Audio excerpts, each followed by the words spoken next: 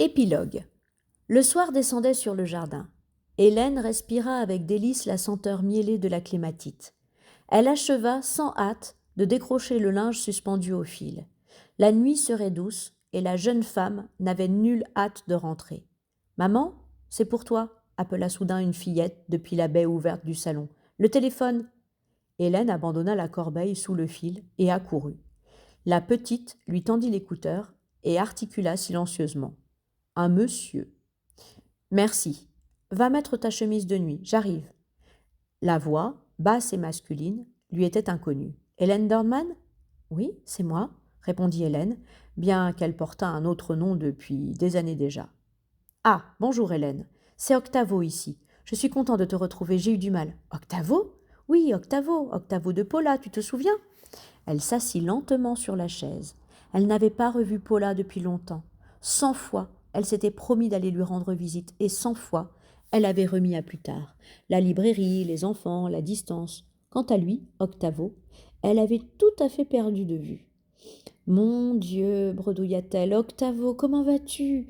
Ça me fait une drôle d'impression de t'entendre avec une voix d'homme. »« Je t'appelle du village, dit-il.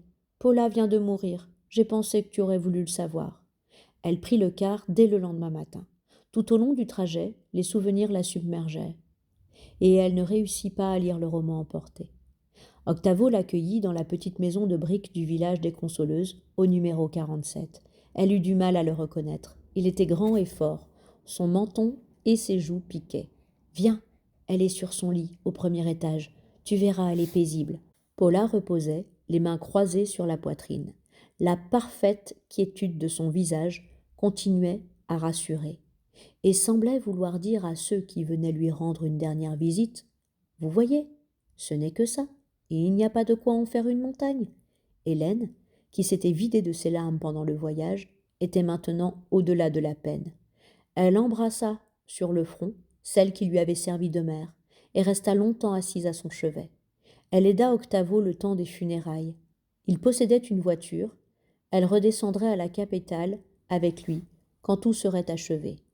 Le matin de leur départ, elle lui demanda de patienter 1 heure encore. Elle descendit la colline, retrouva sans peine l'endroit exact où elle avait rencontré Milos et Bartholoméo, en compagnie de Milena, 15 ans plus tôt. Il lui sembla que c'était tout à l'heure. Elle suivit la rue aux ânesses, traversa le pont, admira la patience infinie des 4 cavaliers de pierre. Le soleil tapait fort. Elle jeta son pull-over sur ses épaules et continua, bras nus. L'eau du fleuve miroitait. Elle entra par la grille ouverte de l'internat. La loge vétuste de la squelette n'avait pas bougé. En passant devant, Hélène eut la chair de poule et s'attendit à entendre soudain la voix acidulée de la gardienne. « Où allez-vous comme ça, mademoiselle ?» Mais il n'y a eu que le gazouillis des moineaux dans les arbres de la cour. Elle suivit le bâtiment, trouva la porte du réfectoire entr'ouverte et la poussa. « C'est fermé, madame, vous cherchez quelque chose ?» L'endroit, vide de tables et de chaises, était méconnaissable. Des rouleaux de fil électrique jonchaient le sol. « Je peux vous renseigner ?» demanda l'ouvrier, occupé à visser un interrupteur. « Oui, non, c'est-à-dire j'ai été pensionnaire ici il y a longtemps à l'internat. Je voulais jeter un coup d'œil. »« Ah, je comprends. Mais c'est fermé, les vacances. »« Bien sûr. Excusez-moi, je ne veux pas déranger. Est-ce que vous savez si on peut ouvrir cette porte-là, au fond ?»« Ah, la cave ? Je ne sais pas. Mais il y a un trousseau de clés suspendu au clou, là. Si vous voulez essayer, vous pouvez même prendre ma torche dans la boîte à outils. » La 3e clé ouvrit la serrure. Hélène braqua le faisceau de la torche dans les ténèbres et descendit l'escalier. Une fois en bas, elle suivit la galerie, dont le fond était tapissé de toiles d'araignée poussiéreuses. La porte du cachot, arrachée et brisée en 2, barrait le chemin. Elle l'enjamba. L'odeur de moisi prenait à la gorge. Au sol, la couchette effondrée se confondait avec la terre. Un seau troué et couvert de rouille gisait dans un coin. Il n'y a plus de dessin, plus de ciel, plus rien. Les oiseaux s'étaient envolés, tous.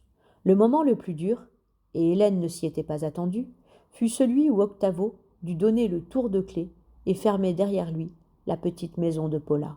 Sur les marches de l'escalier, ils ne purent ni l'un ni l'autre retenir leurs larmes. Mais sur la route, ils bavardèrent gaiement, parlèrent de leur vie et s'amusèrent à évoquer le passé. « Tu te souviens de ma guise ?» demanda Hélène. Et de un pied une main? Octavo, qui avait oublié, riait aux éclats. Il était drôle et plein de joie de vivre. Il déposa Hélène chez elle au milieu de la nuit. Ils se séparèrent sur la promesse de se revoir de temps en temps pour parler de Paula. Elle se glissa sans bruit dans sa maison endormie, mais comme elle poussait la porte de sa chambre, une autre s'ouvrit au bout du couloir et sa fillette apparut. « Tu ne dors pas, mon ange ?» La petite secoua la tête. Elle tire-bouchonnait le devant de sa chemise de nuit et n'était pas loin de pleurer. « J'ai fait un mauvais rêve, maman. Et puis tu étais partie. » Hélène la prit dans ses bras, la recoucha dans son lit et resta assise près d'elle pour la rassurer. Elle caressa les cheveux de sa fille, lui parla doucement. Il lui semblait que dans ses mains caressantes et dans sa voix coulait l'amour reçu de Paula, et qu'elle le transmettait à son tour, aussi puissant que le fleuve. « Je suis revenue, dit-elle. Dors, ma toute belle, dors, tout va bien. »